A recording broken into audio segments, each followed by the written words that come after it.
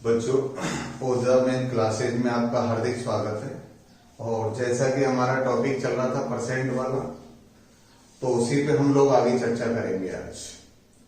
तो मैंने उस दिन आप लोगों को बताया था एक अवस्था में परिवर्तन। हर कंसेप्ट को क्लियर करते हुए चलेंगे। थोड़ी सी वीडियो लंबी रहेंगी भैया, और थोड़ा सा सब्र भी रखें आप लोग। जिन्हें हाई क्वालिटी क्वेश्चंस और अच्छे लेवल के चाहिए तो वो मैं लास्ट में बिल्कुल करा दूंगा, आपके जितने भी विपरीत होंगे। और मुझे पता है कि आप लोग क्या पूछना चाह रहे हैं, वो सब क्वेश्चंस आ जाएंगे, घबराएंगे। सबसे पहले तो हम इनके जितने भी कंसेप्ट हैं उन सबको कवर कर रहे हैं, और उनमें जितने अच्छे लेवल के क्वेश्चन होंगे उन सबको हम लोग उठा लेंगे। ठीक है, तो उस चीज की टेंशन ना ले कोई भी। और ये मैं दावे के साथ कह रहा हूं कि कंसेप्ट एक भी नहीं छूटेगा। जो मैक्सिमम कंपटीशन के अंदर आते हैं ना, एक भी क्वेश्चन नहीं छूटना है। तो चलिए, परसेंट की बात हो रही थी मेरे भाई। आज हम लोग इसी में पढ़ेंगे दो या दो से अधिक अवस्थाओं में परिवर्तन। अब मैं आपको बताऊं, कितनी भी अवस्थाओं में परिवर्तन हो, चाहे 2 हो, चाहे 2 से लेके 2000 हो, हमेशा जितनी भी कंडीशंस आएंगी वो सब गुणा के अंदर होंगी। लंबाई, चौड़ाई, ऊंचाई। तो हमें पता है इन तीनों चीजों से मिलके क्या क्या बनते हैं। क्षेत्रफल बनता है, आयतन बनता है। ऐसे में उस दिन भी आपको लिखा रहा था कि किसी भी चीज का अगर हमें खर्च निकालना है तो मुझे पता है मूल्य और खपत दोनों का गुणा करेंगे तो खर्च निकल आएगा हमारा। इतना हम लोगों को पता है।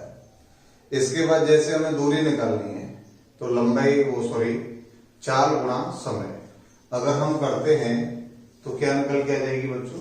दूरी निकल के आ जाएगी। ठीक है, तो इन्हीं चीजों पे हम लोग ध्यान देंगे आज थोड़ा सा, और आप लोग विशेष रूप से ध्यान दें। इन चीजों को आराम से समझते हुए चले, एक एक कंसेप्ट को। और सेकेंड नंबर में देखता हूं जो मैक्सिमम बच्चों के कमेंट आती है, बोले सर आप नाम बोल दिया करो। तो उस चीज की आप हेडेक ना ले। थोड़े से हम टारगेट से थोड़े से हटके हैं बस। जैसे ही टारगेट पूरा हो जाएगा उसके बाद ये क्लासेस लाइव हो जाएगी, तो जितने भी आएंगे ना लाइव पर सबका नाम ले देंगे। कोई घबराए नहीं इस चीज को लेकर। अभी तो प्रॉपर क्या हम वीडियो ही शूट कर पा रहे हैं। जैसे लाइव क्लासेज होंगी तो जितने भी बच्चे ऑनलाइन होंगे सबका नाम लिया जाएगा। घबराए नहीं इस चीज को लेकर के। और आपकी इच्छा ये है कि सर नाम होना चाहिए, तो मेरा कहने का मतलब है नौकरी लग जाओ बच्चों। नाम तो इतना हो जाएगा कि यार तो पूरे दिन नाम लेता रहो। उदाहरण दे देंगे, कम से कम इतना कोई चमत्कार तो करके जाओ पहले, और वो सब हो जाएगा। आप लोग पढ़ते रहिए बस। देखिए, 2 अवस्थाओं में परिवर्तन किस प्रकार हो सकता है, ये चीज मैं पहले भी लिखा चुका हूं, और आप फिर दोबारा से ध्यान दे लेना इन चीज को।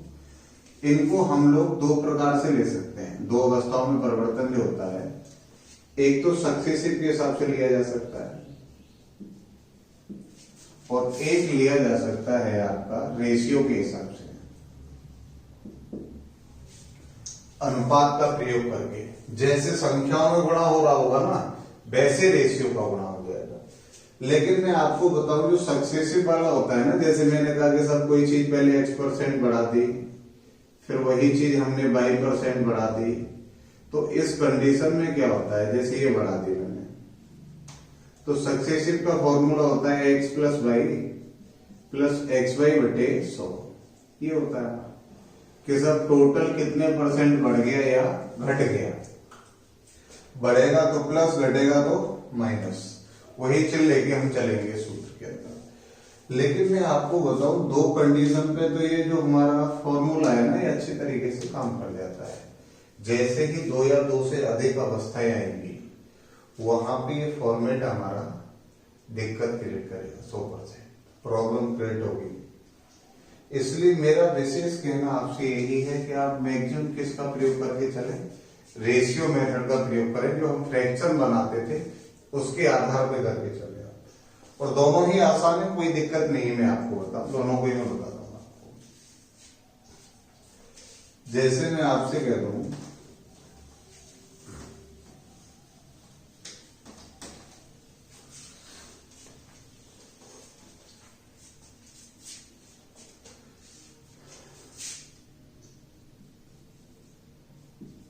किसी वस्तु का मूल्य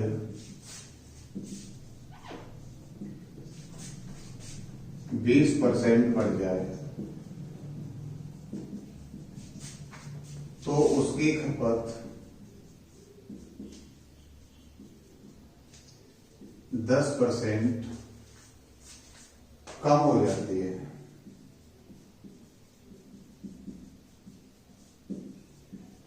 तो उसकी खपत 10% कम हो जाती है। तो व्यापार पर यह जो रेवेन्यू निकल के आता है ना उस पर, यानी कुल आय पर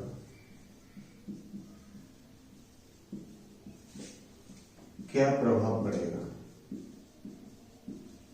क्या प्रभाव पड़ेगा। जैसे ये क्वेश्चन आ गया तो आप बिल्कुल आराम से ध्यान दें। पहले तो मुझे पता है कि वस्तु का मूल्य बढ़ गया और खपत कम हो गई है, तो हमें ये पता है कि किसी भी चीज की जो रेवेन्यू निकल के आती है ना, तो मैं आपको ये पहले भी बताया था कि खर्च बराबर होता है मूल्य गुणा खपत। यही होता है हमारा, मूल्य का और खपत का गुणा करेंगे तो डायरेक्ट क्या निकल के आएगा, खर्च। यानी जो खरीद के लेके आ रहा है उसके लिए तो खर्च है, लेकिन जो बेच रहा है उसके लिए भैया क्या है, वो इनकम है उसकी। तो मैं आपको बता दूं कि मूल्य कितना बढ़ गया है, 20%। तो आप यहां लिख लेंगे डायरेक्ट 120/100।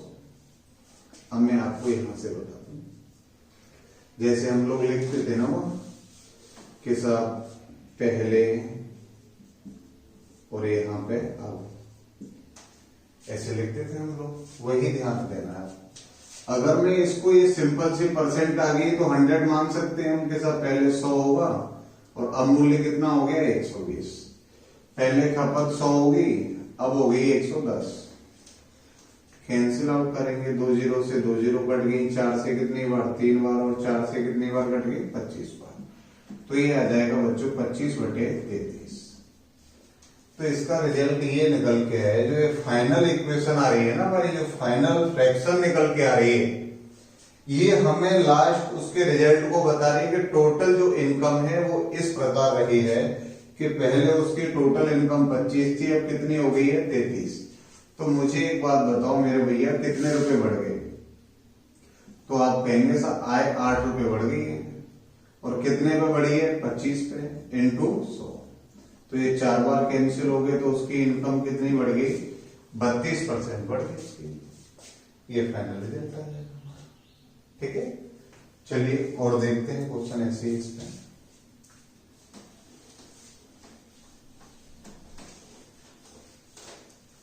कुछ फ्रैक्शन इस प्रकार भी आ सकती है, सब 12 से 1/2% बढ़ जाए और ये 16 से ही 2/3% कम हो जाए, तो क्या प्रभाव पड़ेगा। तो भी हमें क्या दिक्कत है, मुझे बताओ 12 से 1/2% का मतलब क्या होता है। 12 से ही 1/2% का मतलब होता है बच्चों 1/8, और 16 से ही 2/3% का मतलब क्या होता है। तो आप कहेंगे सर 1/6 होता है। ये बढ़ रहा है और ये घट रहा है, तो इसका मतलब ये हुआ, अगर मैं यहाँ लिखूं पहले और यहाँ आऊं, तो मतलब ये हुआ कि पहले उसका मूल्य 8 रुपए था, अब 1 रुपए बढ़ गया है। तो 8 पे 1 बढ़ गया, 8/9। 6 पे 1 कम हो गया, पहले 6 रुपए थे, अब 1 कम हो गया, तो कितना हो गया, 5। तो बच्चों 3 से 3 बार कट गए, कितनी बार कट गए, 2 बार। तो ये आ गया 16/15। तो मुझे एक बात बताओ, पहले 16 रुपए था और अब 15 हो गया, तो कितनी कमी आ गई, 1 की। कितने पे, 16 पे इंटू 100। 4 से 4 बार और ये 25 बार, तो ये हो जाएगा बच्चों 6 से 1/4%। ये आंसर है। चलिए 3 कंडीशंस आ जाए तो क्या करेंगे आप लोग, देखते हैं उस क्वेश्चन को भी।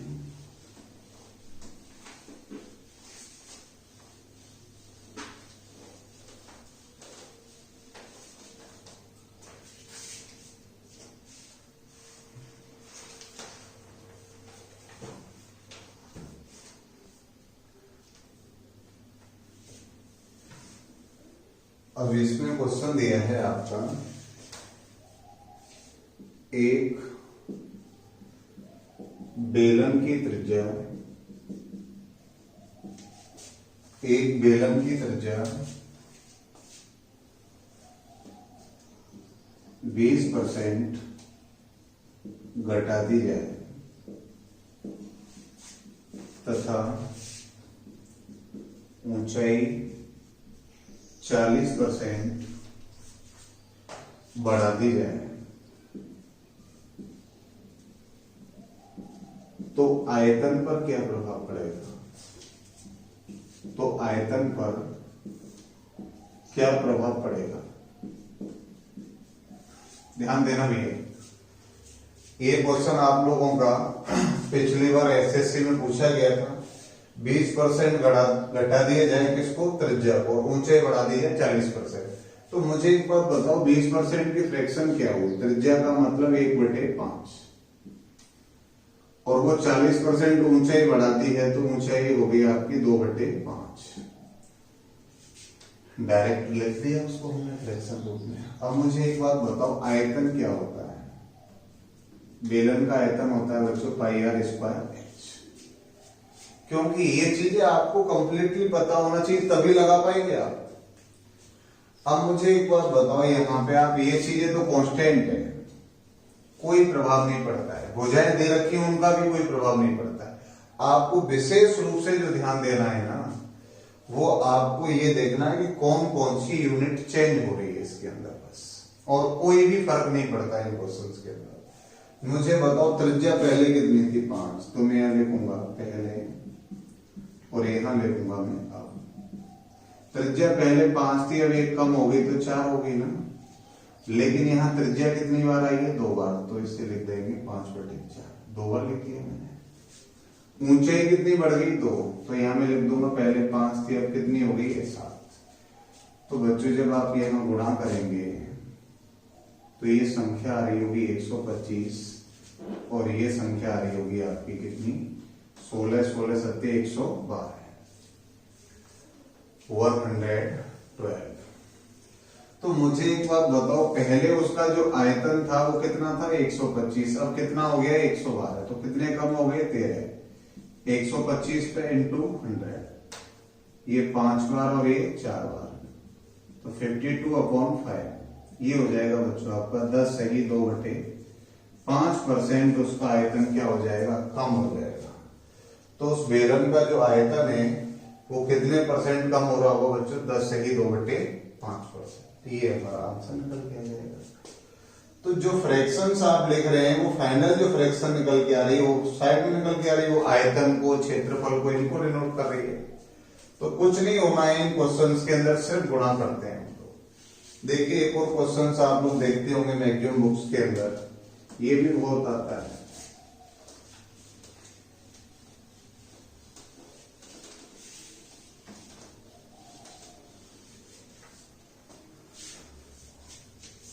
यदि x के मान में 25% कमी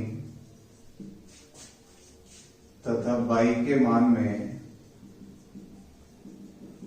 20% कमी कर दी जाए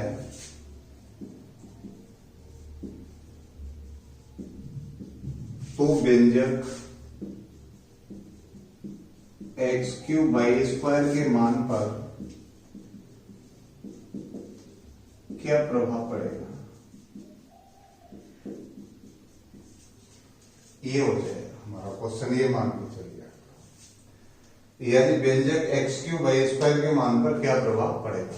तो ध्यान दीजिए मेरे भाई, x के मान में 25% कमी और y के मान में 20% कमी, यही तो कह रहा है वो आपसे। तो सबसे पहले तो आप लोग x को लिख लीजिए। x का मतलब हो गया बच्चों 1/4 की कमी और y का मतलब हो गया बच्चों 1/5 की कमी। व्यंजक क्या है आपका? x³ तो मैं यहां लिख सकता हूं कि पहले की कंडीशन और अब की कंडीशन। तो पहले x का मान कितना हुआ करता था? 4। अब 1 कम हो गया तो 3। लेकिन ये x है वो कितनी बार प्रकट हुआ है? यहाँ 3 बार। तो हम यहाँ लिखेंगे 4/3 4/3। बच्चों यहाँ बाई के मान को देखिए, पहले 5 था, एक कम हो गया तो कितना हो गया साहब 5/4। पहले बेचारा 5 हुआ करता था, 4 रह गया, लेकिन 2 बार इसने अब डाल लिया है। बाई स्क्वायर है ना, तो 2 बार आ गया। अब मुझे एक बात बताइए, अगर इन सभी संख्याओं का गुणा किया जाए तो फाइनल रिपोर्ट आप लोगों की क्या निकल के आएगी?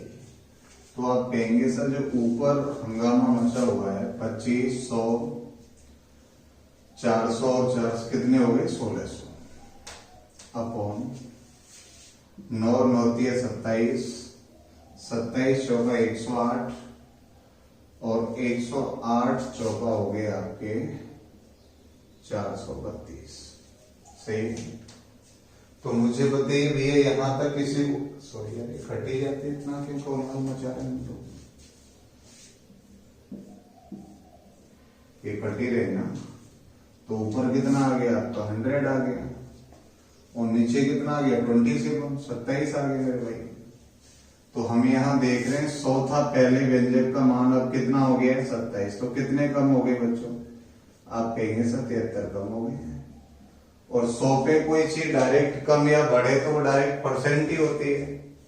73 कम हो गए कितने पे 100 पे, तो 73/100 गुणा 100 करेंगे तो 100 से 100 बढ़ जाएगा और आपका आंसर कितना आ जाएगा 73%। ठीक है। लेकिन कभी कभी इन व्यंजक के अंदर कुछ लोग ये प्रॉब्लम में आ जाते हैं कि सर अगर ये ना ऐसे होता,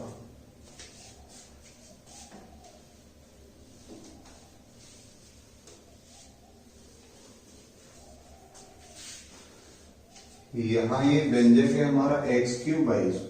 अगर मैं यहाँ लिख देता x² के मान पर क्या प्रभाव पड़ेगा, ये व्यंजक होता है। ध्यान देना बात पे आप लोग, तो कोई घबराने की जरूरत थोड़ी भी है। वो बट्टे में आया है तो फ्रैक्शन उल्टी हो जाती है हमारी।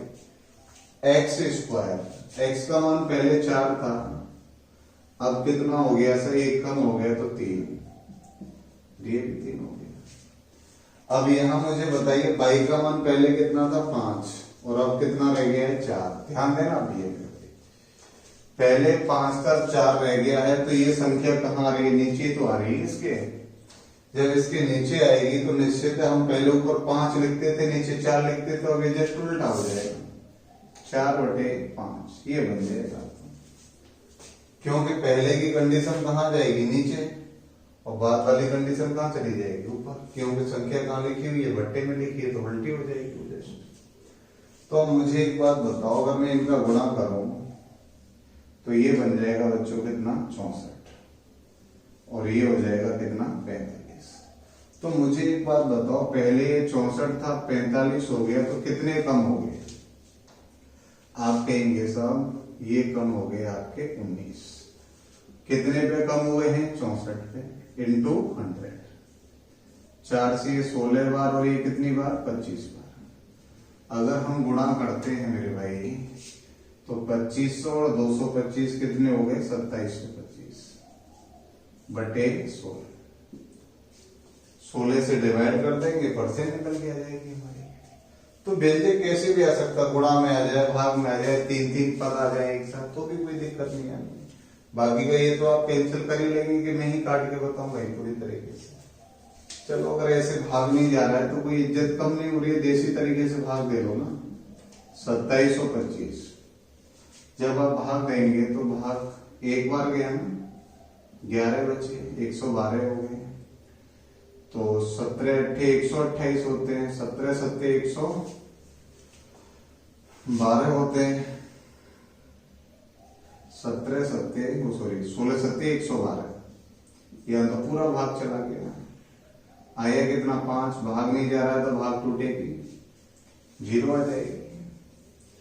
तो यहां निकल के आएगा ये 170 सही 5/16। इतने परसेंट की कमी आने की संभावना दिख रही है मेरे भाई। लेकिन ये 170% इतना तो कम नहीं हो पाएगा मेरे भाई, लेकिन ये तो बहुत कम हो गया। चलो सब उसी का खेले भी है, इसमें कर भी क्या सकते हैं। परसेंट तो कितनी भी कम होके आ सकती है स्थिति की। तो 170 से ही 5/16% कोई वस्तु क्या हो जाएगी, अपनी प्रारंभिक अवस्था से कम हो जाएगी। कितना हुआ करती थी, 16 रहेगी, तो देखो कितना बड़ा हाहाकार मच गया उसको। चलो आगे बढ़ते हैं हम लोग। इन्हीं क्वेश्चंस के अंदर कुछ भाषाएं पलट जाती हैं लास्ट में। पिछली बार यूपी पुलिस में एक क्वेश्चन देखने को मिला था, इसका अच्छे लेवल का क्वेश्चन था, परसेंट का ही था, उस पर थोड़ी सी चर्चा हम लोग करेंगे, देखिएगा। यहां हम देखते हैं, यदि किसी घनाभ की लंबाई, चौड़ाई तथा ऊंचाई क्रमशः 20, 15, 10 सेंटीमीटर है,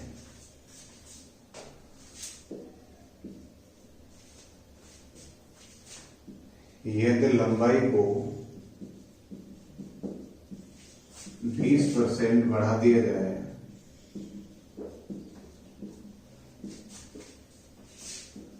तथा चौड़ाई को 25% बढ़ा दिया जाए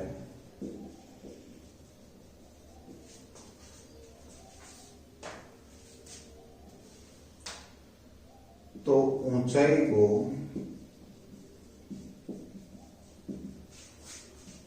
कितने प्रतिशत कम करना होगा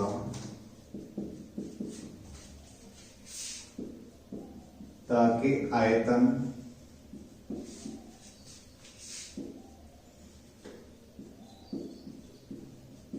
केवल 20% बढ़े, आयतन केवल 20% बढ़े। ये क्वेश्चन है आपका मेरे भाई, ध्यान से देखिए आप लोग एक एक चीज पे बिल्कुल आराम से। तो देखिएगा आप लोग, लंबाई, चौड़ाई, ऊंचाई दे रखी है अलग अलग।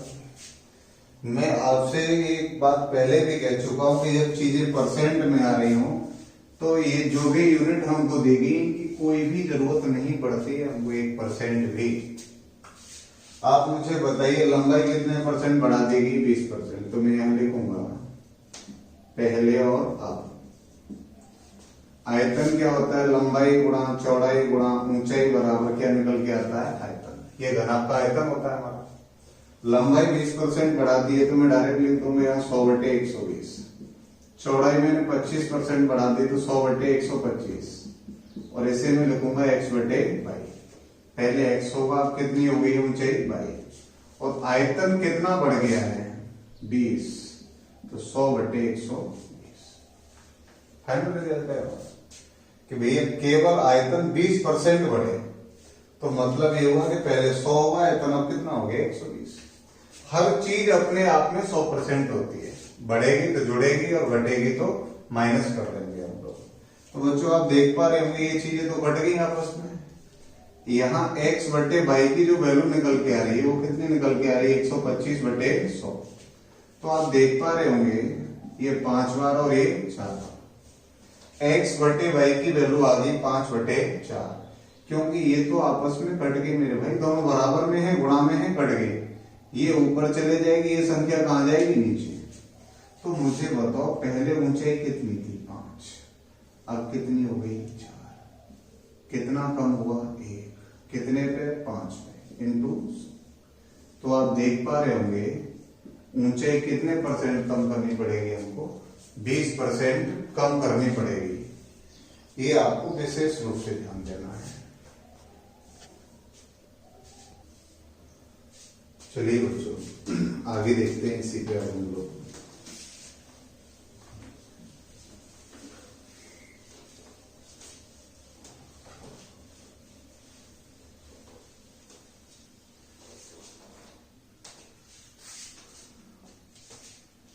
एक क्वेश्चन है, इसी में कुछ क्वेश्चन आते हैं आपके जनसंख्या वाले।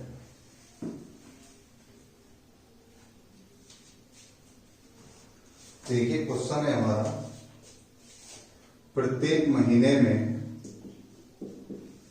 प्रत्येक महीने में प्रीति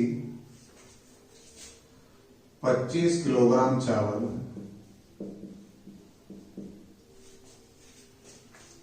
तथा 9 किलोग्राम गेहूं की खपत करती है।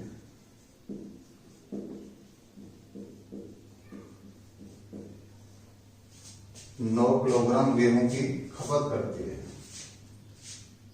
यदि चावल का मूल्य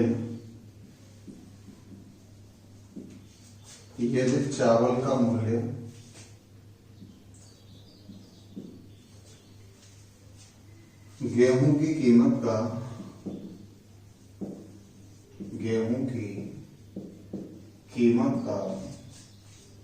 20% है, इस प्रकार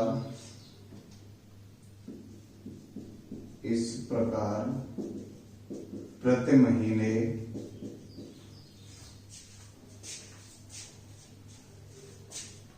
वह गेहूं व चावल पर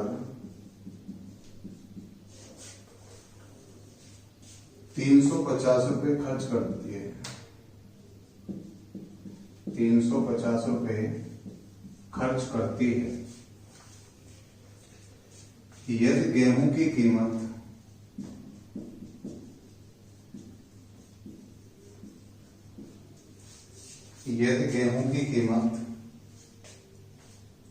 20% बढ़ जाए,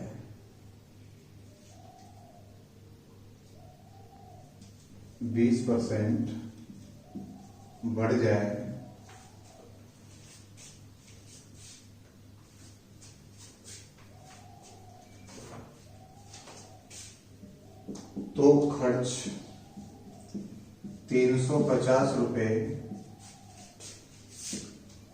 रखने के लिए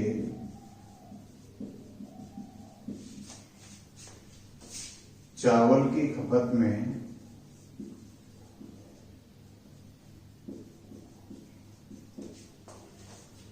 कितने % कमी करनी होगी?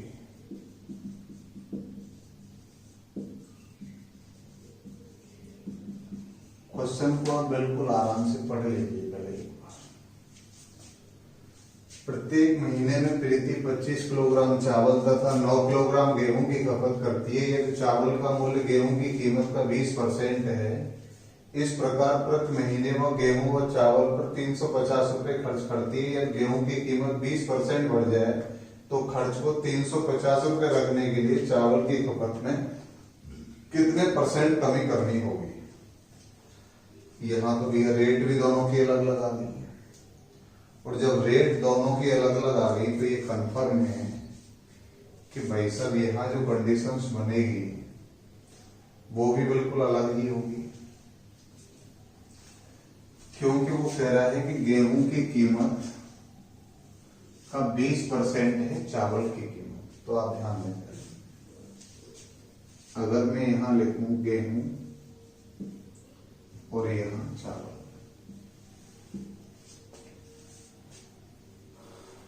तो यहां अगर मैं खपत की बात करूं तो खपत है यहां 25 और यहां है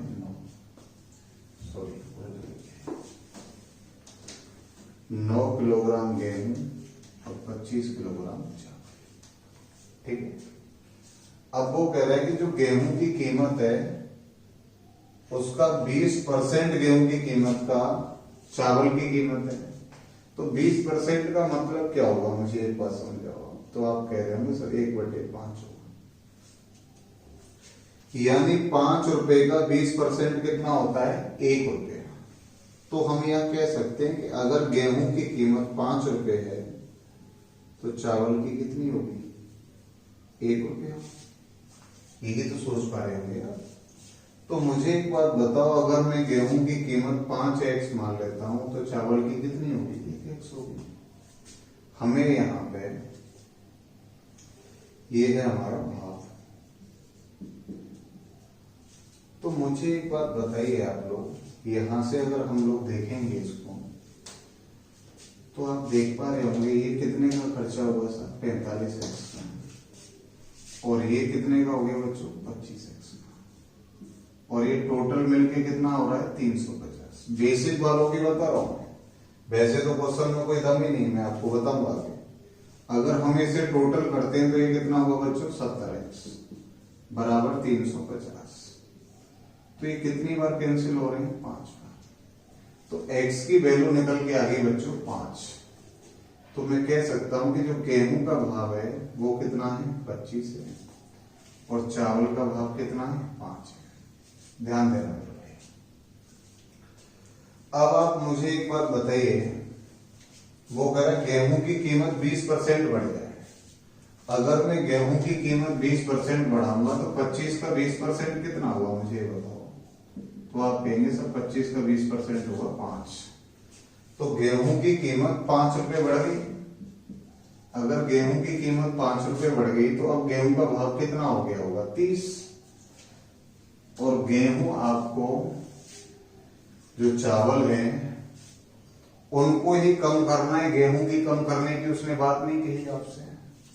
तो आप क्या करेंगे, आप करेंगे सर 9 गुणा, अब इसका भाव हो गया 5 + 25 मतलब 30, प्लस चावल का भाव 5 ही है, लेकिन खपत मान ली हमने x मत मानिए, हम मान लो a बराबर 350। तो आप देख रहे होंगे बच्चों ये कितना होगा 270। इसे उधर ले जाएंगे तो 5a बराबर 350 माइनस 270 करेंगे तो कितना आ जाएगा बच्चों 80।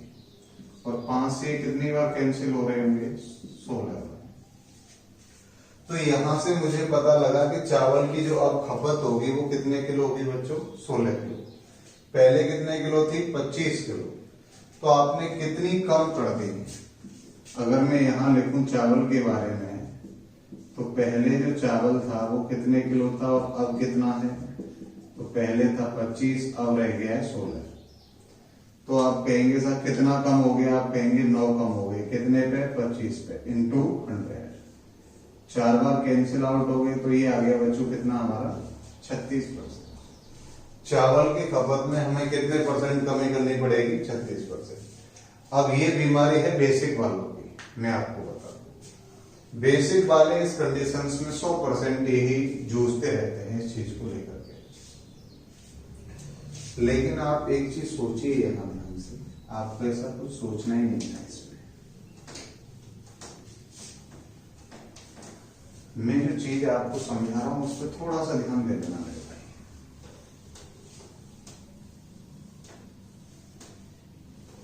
हम कोई एक्स का प्रयोग ही ना करें, हम एक्स का प्रयोग ना करें। मुझे एक बात बताओ, अगर गेहूं का भाव 5 रुपए है, हमें परसेंट ही तो निकालनी है, हमें एक्चुअल वैल्यू पे जाने की जरूरत है ही नहीं। और चावल का भाव है 1 रुपए किलो। चावल का भाव बच्चों बदला नहीं है, सिर्फ भाव किसका बढ़ गया है गेहूं का। और गेहूं का भाव कितना बढ़ा है, तो आप कहेंगे सर 20% बढ़ गया गेहूं का भाव। तो इस 5 का 20% कितना होगा मुझे ये बताओ। आप कहेंगे सर 1 रुपए बढ़ गया, यानी 1 किलो गेहूं पे 1 रुपए बढ़ गया। और आपको गेहूं कितने लेके आने हैं 9 किलो। ध्यान देना मेरे भाई, अगर आपको 9 किलो गेहूं लेके आने हैं और 1 किलो पे 1 रुपया बढ़ रहा है, तो 9 किलो पे कितने रुपए बढ़ गए हैं। आप कहेंगे सर गेहूं में 9 रुपए ज्यादा चले गए। अगर यहां गेहूं में 9 रुपए ज्यादा चले गए हैं तो मेरे भाई चावल 9 रुपए के कम खरीदने पड़ेंगे आपको, तभी तो खर्चा बैलेंस होगा। जो पहले था वही रखना होगा हमारा। अगर गेहूं में 9 रुपए ज्यादा चले गए तो चावल 9 रुपए के कम खरीदने पड़ेंगे हमको। अगर यहाँ 9 किलो पे कितने रुपए ज्यादा चले गए, आप कहेंगे सर 9 रुपए ज्यादा चले गए हैं गेहूं पे, क्योंकि 1 रुपए भाव बढ़ गया है गेहूं का। और 9 किलो चावल आपको खरीदने ही है, तो 9 किलो पे कितने रुपए बढ़ गए आपके 9 रुपए बढ़ गए गेहूं में। और आपको खर्चा 350 ही रखना है, तो निश्चित रूप से आपको 9 रुपए यहाँ कम करने पड़ेंगे, तब जाकर के बैलेंस होगा 350 रुपए का बैलेंस। मुझे ये बताओ चावल की कीमत कितनी है? आप कहेंगे सर 1 रुपए किलोग्राम है। तो 9 रुपए आपको कम करने हैं, तो आप कितने चावल कम खरीद पाएंगे? तो आप कहेंगे सर मैं 9 किलो चावल कम खरीद लाऊंगा, तो मेरे 9 रुपए जो गेहूं में ज्यादा चले गए हैं वो चावल में बैलेंस हो जाएंगे। तो मुझे कितने किलो चावल कम खरीदने पड़ेंगे? 9 किलो। और पहले चावल कितने थे बच्चों? 25 किलो। तो 9/25 इंटू 100। तो मुझे एक बात बताइए आप लोग, कितने परसेंट की कमी करनी पड़ी चावल की खपत में? 36% की। ये हमारा आंसर हो जाएगा। चलिए नेक्स्ट क्वेश्चन पे चलते हैं।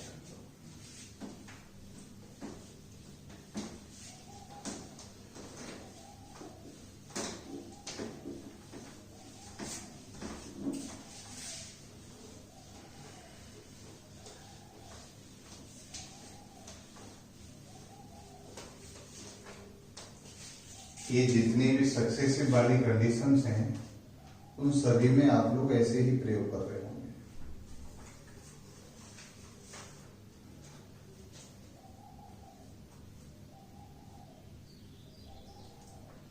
देखिए अगला क्वेश्चन है बच्चों, ये जनसंख्या वाले क्वेश्चन भी इसी के अंदर आ जाएंगे आपके।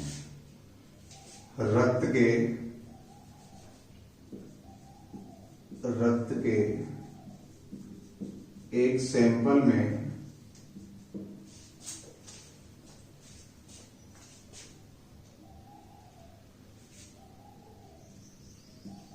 रक्त कण प्रथम 2 घंटों में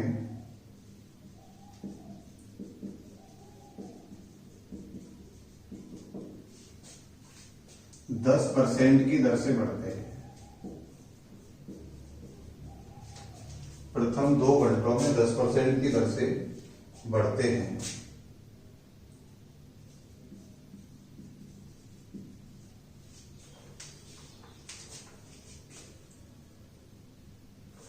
अगले 1 घंटे में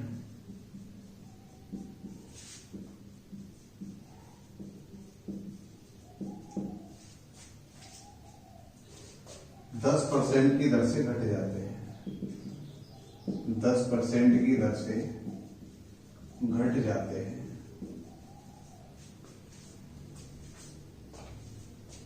अगले 1 घंटे में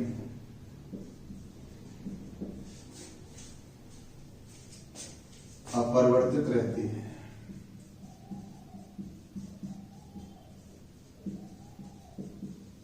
अगले घंटे में अपरिवर्तित रहता है। फिर अगले 2 घंटों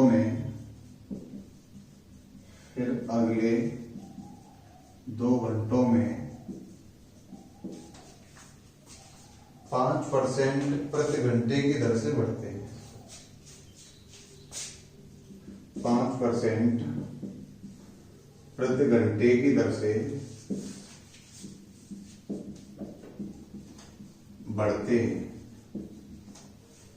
5% प्रति घंटे की दर से बढ़ते हैं।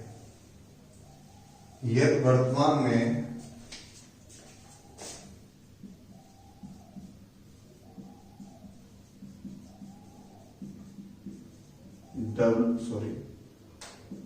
आरबीसी की संख्या, लाल रक्त कण आरबीसी कहते हैं, आरबीसी की संख्या 40,000 है। कितनी? 40,000 है।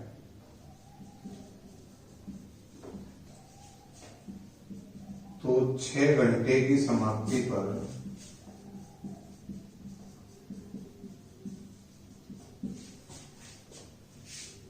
इनकी संख्या क्या होगी?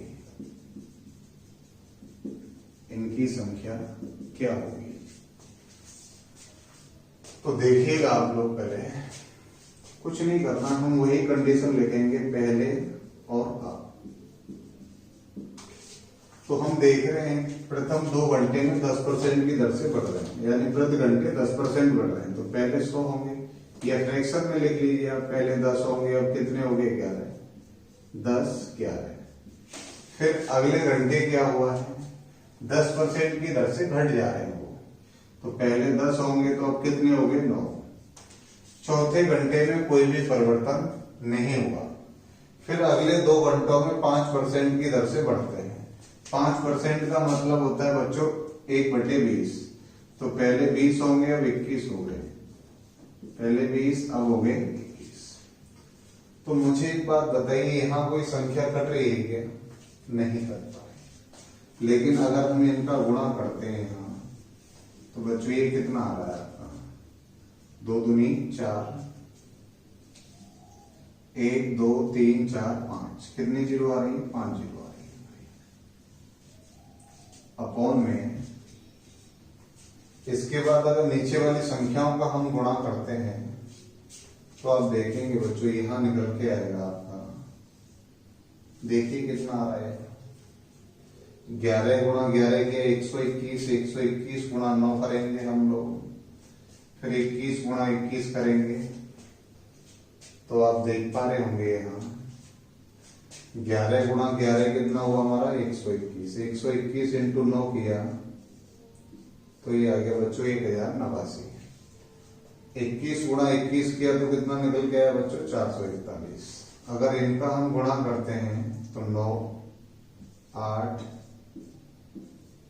4 से गुणा करेंगे 36, 32 और 3 35, और ये 4।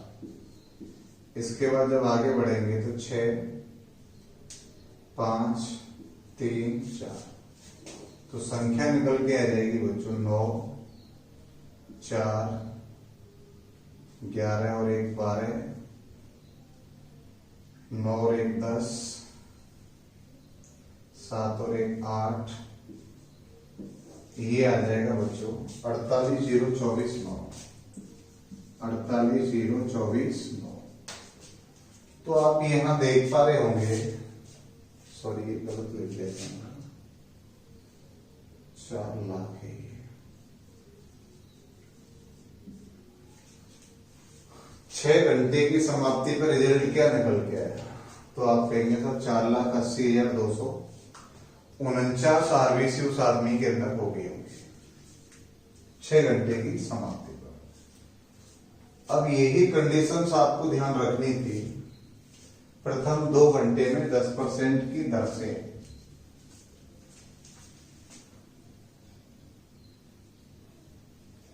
ये हम प्रति घंटे की दर से करो, प्रति घंटे की 10% प्रति घंटे की दर से, अगले घंटे में 10% की दर से घट रही है, 2 और 1 3 हो गए, चौथे घंटे में कोई रिजल्ट नहीं आया।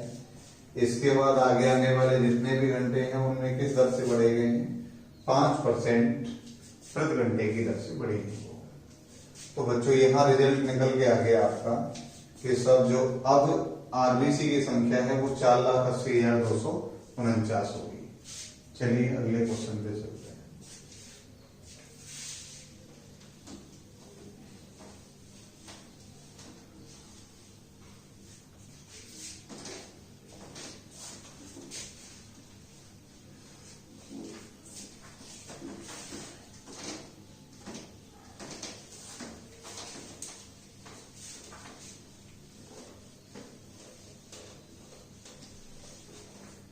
चलो अगला क्वेश्चन देखते हैं इसी में।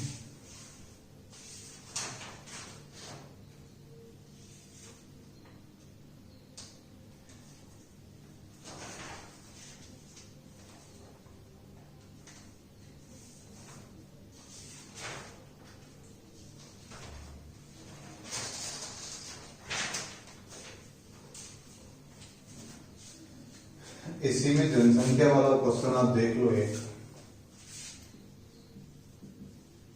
एक शहर की जनसंख्या, एक शहर की वर्तमान जनसंख्या 60,000 है। इस जनसंख्या में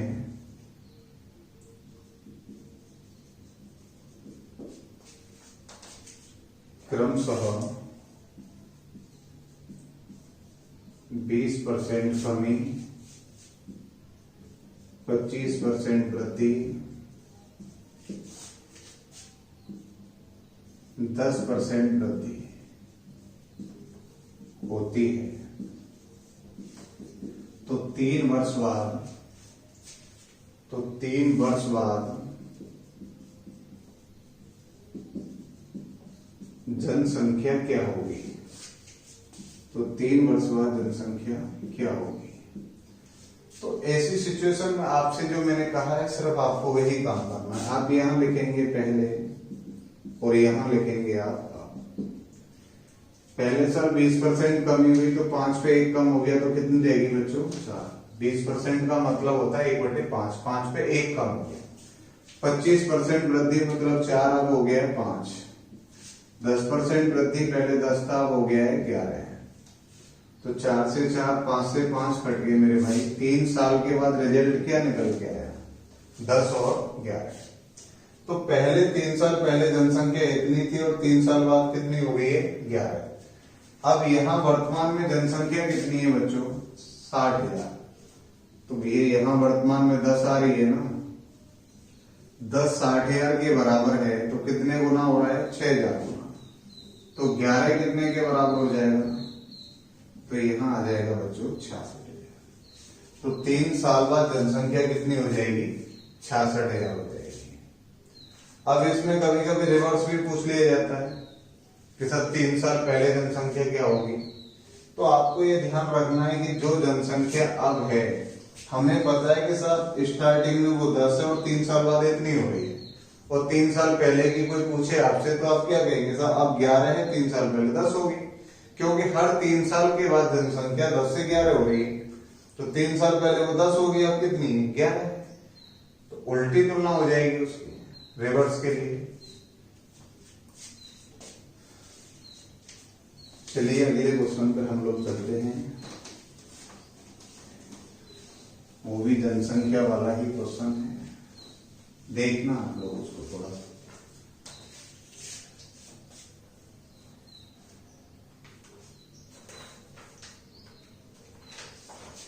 क्वेश्चन दिया है बच्चों इसमें, एक शहर की जनसंख्या, किसी शहर की जनसंख्या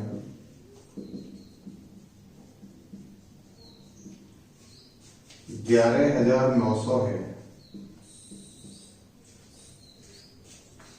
यदि पुरुषों की संख्या में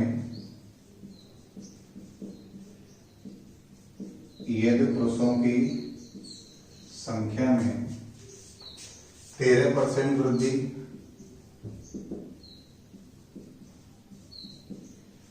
तथा महिलाओं की संख्या में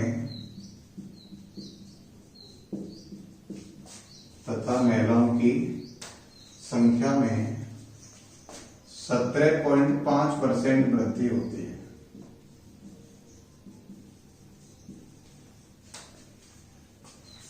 तो कुल जनसंख्या 13,852 होती है।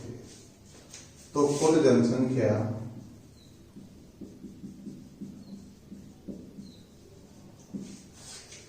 13,852 हो जाती है।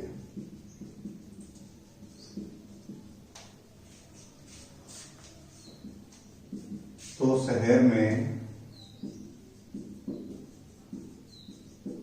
पुरुषों की संख्या क्या है? आप देखिए कंडीशन यहां क्या आ रही है। पुरुष कितने बढ़ रहे हैं? 13%, और महिला 17.5%। फिर भी वृद्धि ज्यादा है। तो आप मान के चलिए आप उत्तर प्रदेश में हैं, तो उस कंडीशन में आप देखिए कि ये 13% के चक्कर में वो परसेंट बढ़ गई है। यही सिचुएशन हमारे देश के अंदर सबसे ज्यादा है। तो आप लोग इस क्वेश्चन को किस प्रकार सोच रहे होंगे, मुझे एक बात बताओ। तो आपको विशेष रूप से ध्यान देना है कि पुरुष यानी टोटल जनसंख्या कितनी है? 11,900। इसमें से आप पुरुष बढ़ गए 13% और महिला बढ़ गई 17.5%, और कुल जनसंख्या कितनी हो गई है? 13,852 हो गई है। तो मेरा आपसे विशेष कहना यही है, आप मुझे एक बात बताओ, 11,900 टोटल जनसंख्या है, ध्यान देना बात पे आप लोग, इसमें सब आदमी भी हैं और महिला भी हैं। आदमी कितने बढ़ रहे हैं? 13%। और महिला कितनी बढ़ रही है ये बताओ मुझे। तो आप कहेंगे सर महिला बढ़ रही है 17.5%। तो एक कंडीशन तो यहां से कंफर्म हो रही है। अब टोटल जनसंख्या कितनी हो गई है? 13,852 हो गई है ना। तो मुझे बताओ पहले तो जनसंख्या कितनी बढ़ गई। तो आप कह रहे होंगे सर ये 2 बचे, यहाँ 5, 8 में से 9 गए तो 9 बचे, और यहां बचा 1। इतनी जनसंख्या बढ़ी है टोटल 1952। मुझे एक बात आप थोड़ा सा सोचिए इस बात को लेकर के कि अगर ये 13% बढ़े तो महिला भी 13% तो बढ़ी, और उस 13% से कितनी ज्यादा और बढ़ गई है? 4.5 और बढ़ गई है। तो मैं 17.5% को इस प्रकार भी तो लिख सकता हूं, 13% प्लस 4.5% और एक्स्ट्रा। तो यहां हम कह सकते हैं कि आदमी और महिला ये दोनों मिलाकर के 13% तो बढ़े ही हैं, लेकिन 4.5% जो संख्या बचेगी वो एक्स्ट्रा किसकी होगी? महिलाओं की होगी।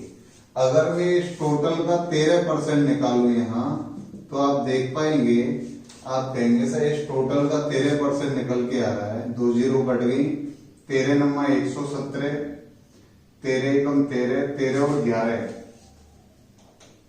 13 और 11 हो गए बच्चों 24, 13 एकम 13 और 2 15। टोटल संख्या कितनी बढ़ गई? 1547। अगर मैं टोटल का 13% निकालू तो 1547 आ रहा है, लेकिन संख्या कितनी बढ़ी है? आप कहेंगे सर 1452 बढ़ी है। फिर भी कुछ बढ़त बच रही है ना, और जो बच रहे हैं वो क्या है? जो बच रहे हैं वो महिलाओं का कितना परसेंट है? 4.5% है। तो हम यहाँ कहेंगे महिलाओं का 4.5% बराबर, यहां घटाइए कितने बचे आपके? 12 में से 7 गए तो कितने बचे बच्चों? 5। इसके बाद यहाँ 4 में से 4 गए तो 0। इसके बाद यहाँ आप देखेंगे 9 में से 5 गए तो 4, 405 बच रहे हैं आपके। और ये जो 405 है वो 4.5% के बराबर है, तो हम लिख सकते हैं W बराबर 405 बटे 4.5 इंटू 100। पॉइंट हट जाएगा यहाँ से, 0 आ जाएगी। 5 से 9 बार कट गए, और ये कितनी बार कट गए भैया? 200 बार। 9 से कितनी बार कट गए? 45 बार। 45 गुणा 200 करेंगे बच्चों तो ये निकल के आएंगे हमारे कितने? 9000। तो महिलाओं की संख्या कितनी आ गई बच्चों? 9000। अगर इस 11,900 में 9000 महिलाएं हैं तो बेचारे पुरुष कितने होंगे? आप कहेंगे सर 11,900। देखिए आप, पुरुष 2900 हैं और महिला कितनी है? 9000। भयंकर आंकड़ा भी है। तो ऐसा तो शायद कुछ स्टेट ही इस आंकड़े को संपन्न कर पाएंगे। आदमी 2900, महिला कितनी आई? 9000। लेकिन इसी क्वेश्चंस को अगर मैं चाहूं तो देखो एक तरीके से और कर सकते हैं। ये तो हमारा होता है कि जो चीज कॉमन है उतना उठा लीजिए। अगर इसी क्वेश्चन को हम लोग एक और तरीके से देखते हैं तो हम आसानी से कर सकते थे, कोई दिक्कत नहीं है। मुझे एक बात बताओ, जनसंख्या 11,900 है। अब एक स्थिति आप यहां से समझने की कोशिश करिए, या तो संख्या निकाल लीजिए या परसेंट निकाल लीजिए। आदमी महिला, आदमी कितने परसेंट बढ़ गए? आप कह रहे हैं 13%। महिला कितनी बढ़ गई है? 17.5%। एलिगेशन का प्रयोग होता है, इसको हम एलिगेशन से भी कर सकते हैं। अब मुझे बताओ टोटल जनसंख्या होगी 13,852, तो कितने बच रहे थे भैया हमारे पास? 52 तो डायरेक्टली बच रहे हैं, ये 8 बच रहे हैं, 1852, 1852। अब यहाँ पे 1852 जो बढ़े हैं वो कितने पे बढ़े हैं मेरे भाई? आप कहेंगे सर 11,900 पे बढ़े हैं। तो यहाँ पे फाइनल परसेंट निकालो तो टोटल संख्या कितनी बढ़ गई है, तो आप कहेंगे सर 1852 बटे 11,900 इंटू 100। तो इससे तो ये कैंसिल हो गई। अब ये संख्या कट रही है क्या किसी से, तो आप देखिए कितने से कट रहे हैं। अगर हम यहां कैंसिल करें 17 सत्ते 119 होते हैं, 17 एकम 17,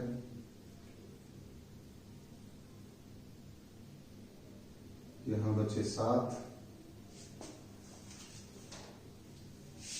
17 एकम 17, एक बचे 15 हो गए,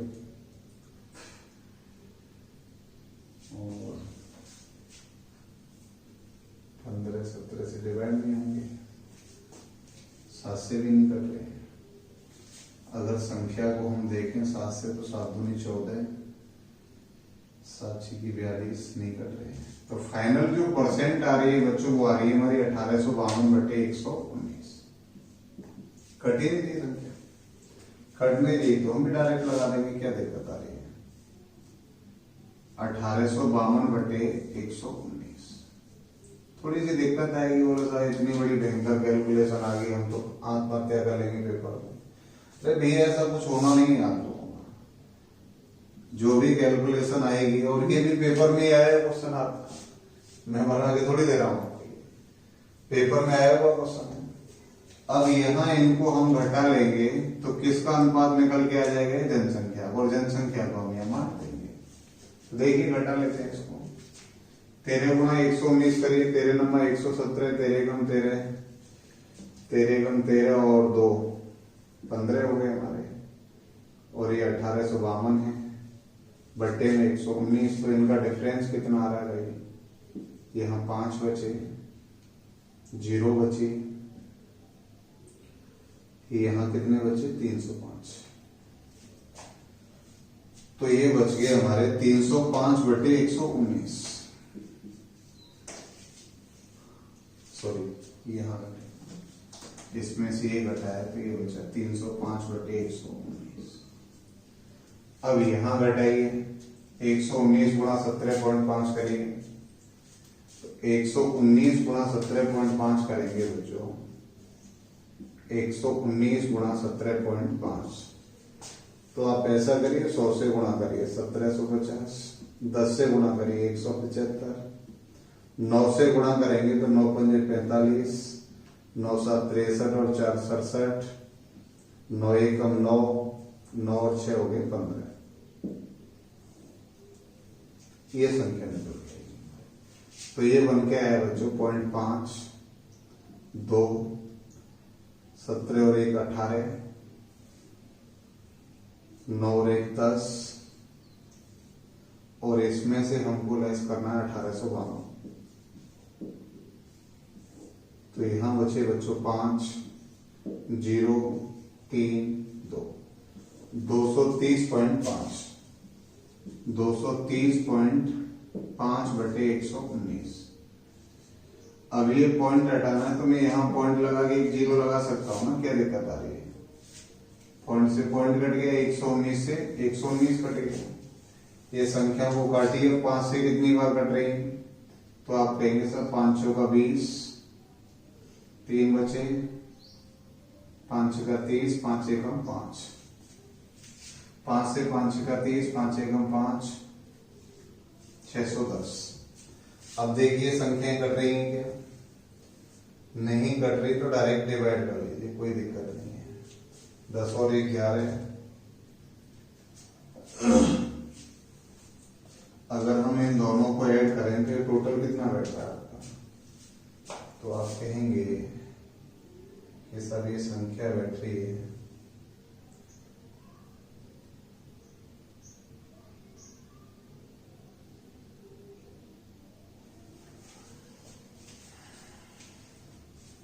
गलती हो गई है कहीं इसमें।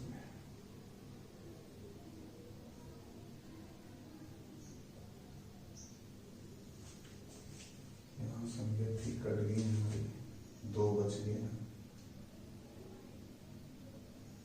5 बच गए। Oh my God.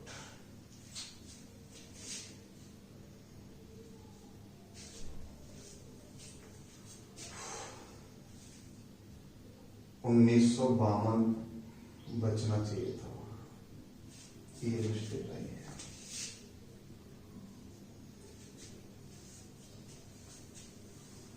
अब ये देखिए संख्याएं फिर कट रही है आपकी, 7 दूनी 14 हुए हैं। अगर इनको काटना चाहें तो 7 दूनी 14, कितने बचे 5, 55 हो गए, नहीं कट पाए 7 से। फिर भी संख्या वही निकल गई हमारी 1852, और यहां संख्या बच रही थी हमारी 1952। तो निश्चित है हमने 100 कम घटाए, तो यहां आएगा बच्चों 405, और यहां पर आएगा आपका 405, और यहां संख्या आ रही थी हमारी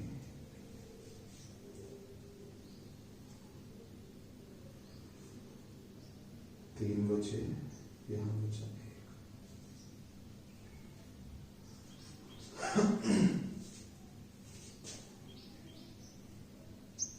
110.5, 110.5, 5 बचे, 0 बची, यहाँ कितने बचे 3 बचे, यहाँ कितना बचा 1, 130.5, 130.5, तो ये कैंसिल हो जाएंगे हमारे बच्चों। 119 से 119 ये कट जाएंगे, तो पॉइंट से पॉइंट कट गया। 5 से अगर हम इसको कैंसिल करेंगे तो ये संख्या निकल के आएगी 5 दूनी 10, 5 6 30, 5 1 5। 5 से इसको कैंसिल करेंगे तो 5 8 40, 5 1 5। अब देखिए संख्या फिर और कट रही है कि आपकी 6 और 2 7 और 1 9 से कट रही है। इसका और रेशियो बनाएंगे हम तो 9 दूनी 18, 9 नाम 81, और ये हो गए बच्चों 90। अब इनका अगर हम सम करते हैं तो टोटल कितना बैठ रहा है 119, और 119 अनुपात कितने के बराबर है बच्चों 11,900 के, तो एक कितने के बराबर हो गया 100 के, तो यहाँ संख्या निकल आएगी आपकी 2900 और ये आ जाएगी 9000। ये परसेंट पेपर हो गया, थोड़ी सी दिक्कत इसलिए है कि कैलकुलेशन में थोड़ी सी प्रॉब्लम आ गई थी, बाकी का कोई दिक्कत नहीं है।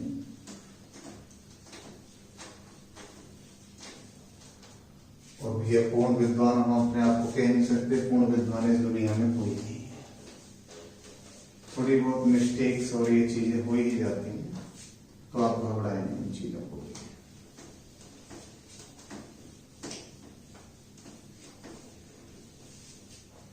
इसी में तीसरी कंडीशन ये हो सकती है बच्चों, जैसे ये 13% है, इसका 13%, 17.5% और फाइनल 1952, वहां से भी रेशियो आप निकाल सकते हैं। ठीक है, तो आज हम लोग यहीं पर रोकेंगे इसको। आगे के कंसेप्ट में हम आप लोगों को इलेक्शन और उत्तीर्णांक पूर्णांक वाले क्वेश्चन कराएंगे, वहां पे जाके टॉपिक फिनिश। ठीक है, चलिए बाकी का आप लोग पढ़ते रहिए। धन्यवाद।